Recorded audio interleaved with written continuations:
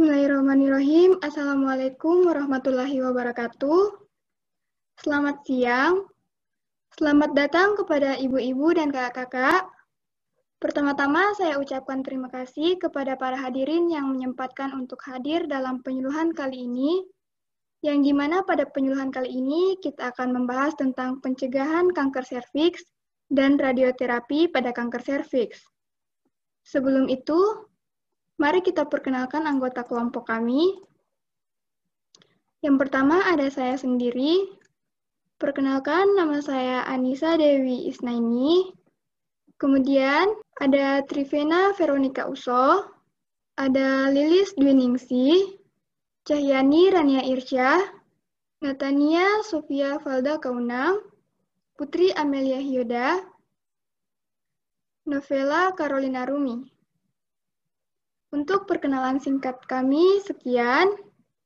Saya berikan kesempatan kepada pembawa materi pertama untuk menyampaikan materinya. Terima kasih buat moderator yang telah mempercayai saya untuk membawa materi yang mengenai pencegahan kanker serviks. Yang pertama, pencegahan primer dibagi menjadi dua yang berada di sebelah kanan. Yang pertama, promosi kesehatan.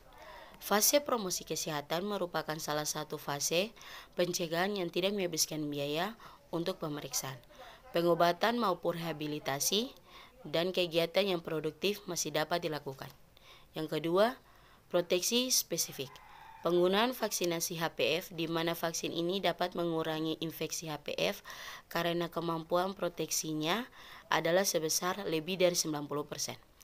Cara kerja vaksin ini dengan merangsang antibodi respon kekebalan tubuh terhadap HPV di mana antibodi ditangkap untuk membunuh HPV sehingga virus tidak masuk ke leher rahim.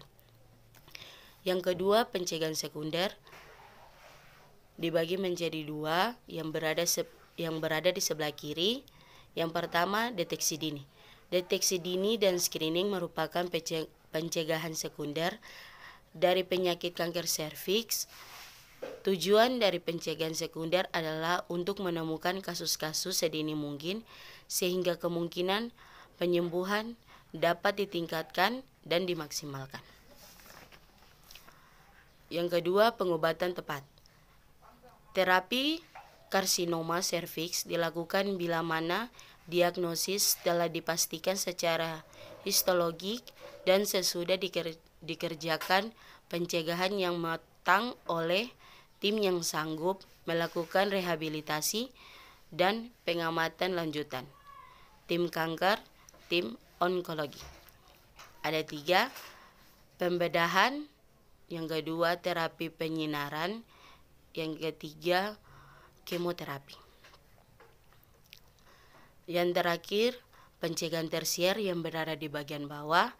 Pencegahan ketidakmampuan dan rehabilitasi usaha ini merupakan lanjutan dari early diagnosis dan promotive treatment, yaitu dengan melakukan penyempurnaan pemeriksaan dan pengobatan oleh tenaga kesehatan agar penyakit kanker serviks tidak menimbulkan komplikasi pada organ vital lainnya sehingga tidak memparah kondisi kesehatan pasien, pelihara kemampuan beraktivitas dengan modifikasi aktivitas hidup.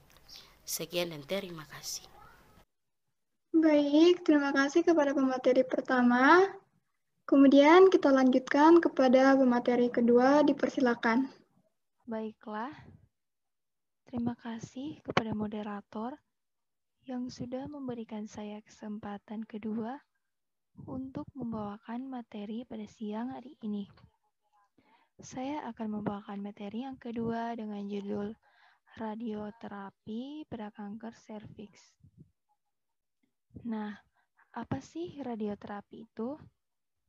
Radioterapi adalah sejenis terapi yang menggunakan sinar radiasi tingkat tinggi untuk menghancurkan sel-sel kanker. Nah, kemudian yang kedua, bagaimana sih cara kerja radioterapi? Nah, seperti yang saya jelaskan Radioterapi sendiri menggunakan sinar radiasi.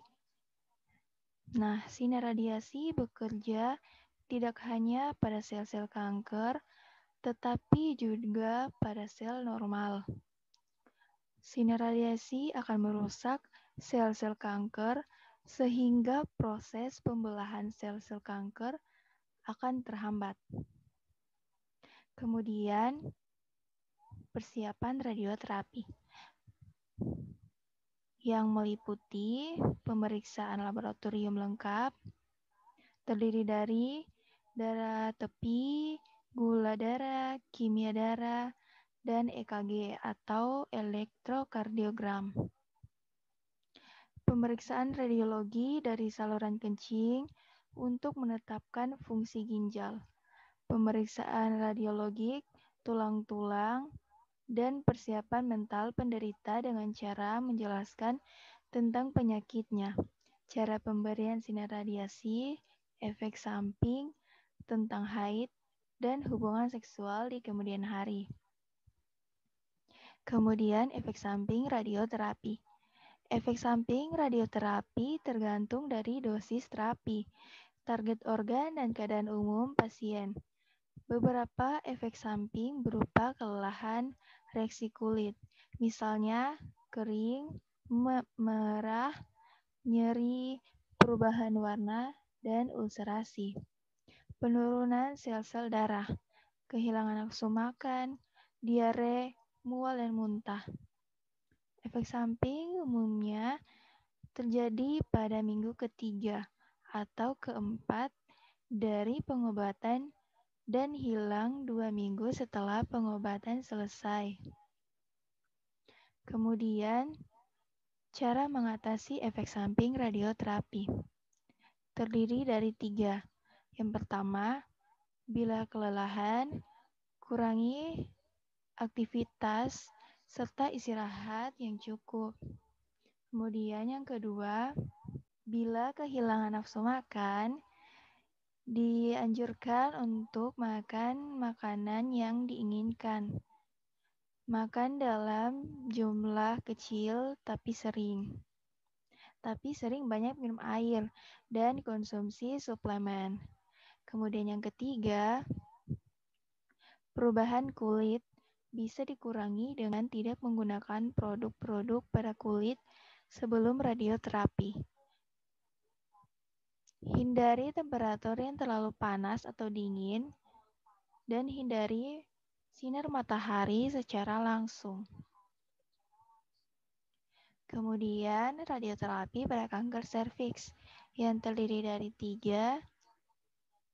Yang pertama, radioterapi definitif diberikan pada kasus stadium 2B sampai stadium 4A atau kasus-kasus yang tidak bisa ditangani dengan operasi. Kemudian yang kedua, radioterapi adjuvan diberikan sebagai pengobatan lanjutan pada pasien pasca operasi pengangkatan rahim. Kemudian yang terakhir, radioterapi paliatif yang biasanya diberikan pada kasus metastasis dan bila terdapat perdarahan yang tidak terkontrol dengan terapi konservatif. Nah, itu saja penjelasan materi kedua dari saya. Selanjutnya dikembalikan kepada moderator. Terima kasih. Baik, terima kasih kepada pemateri kedua yang telah menyampaikan materi. Selanjutnya kita masuk ke sesi tanya-jawab. Apabila ada yang ingin bertanya, saya persilakan. Saya ingin bertanya, Kak. Iya, silakan. Nah, saya call buka mau bertanya, bisa tidak kalau radioterapi ini tidak ada efek sampingnya? Baik, terima kasih untuk pertanyaan yang telah diberikan. Untuk sekarang kita tampung dulu pertanyaannya. Apabila ada yang ingin bertanya, dipersilakan untuk on mic. Izin bertanya, Kak. Ya, dipersilakan.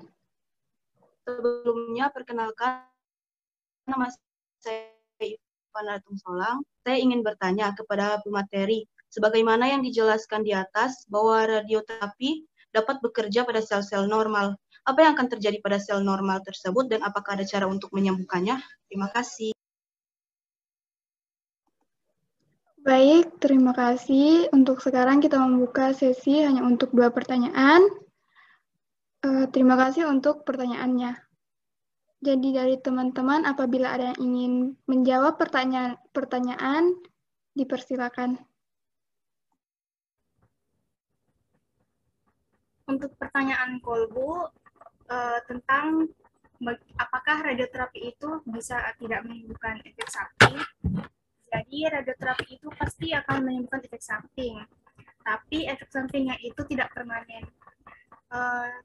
Dan untuk meminimalkan efek sampingnya pada saat radioterapi bisa dilakukan dengan hati-hati atau hanya pada area tubuh yang terkena kanker. Seperti itu. Terima kasih. Baik, terima kasih untuk jawabannya dari Jayani. Kemudian untuk pertanyaan dari Ivana, dipersilakan yang ingin menjawab. Baik, untuk pertanyaan dari Ivana, jadi radioterapi itu bekerja dengan cara merusak DNA yang mengatur pembelahan diri sel kanker sehingga sel tidak lagi bisa berkembang dan mati. Namun karena radio agar bisa mematikan sel kanker, sel-sel normal yang ada di sekitar bagian yang di radioterapi terkadang juga ikut rusak. Kabar baiknya, kerusakan tersebut akan berhenti sejalan dengan berhentinya terapi radiasi. Baik, terima kasih atas jawaban dan Tania. Bagaimana untuk Saudari Kolbu dan Saudari Ivana, apa sudah jelas?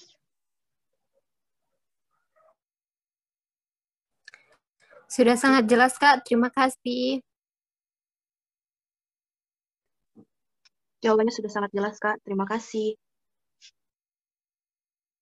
Baiklah, sekian untuk sesi diskusi kali ini. Sebelum kita pergi ke penutupan, kita akan melakukan dokumentasi terlebih dahulu. Kepada teman-teman yang bisa on-cam, dipersilakan untuk on-cam.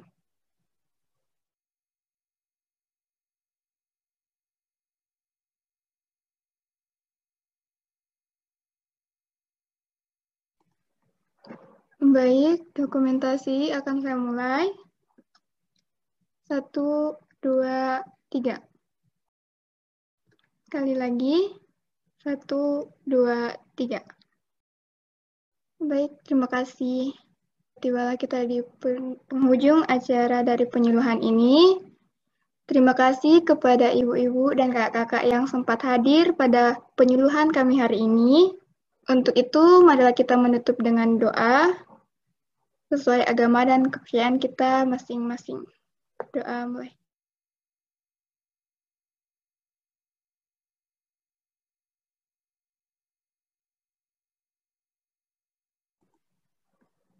Selesai. Terima kasih atas partisipasinya. Dipersilakan untuk live.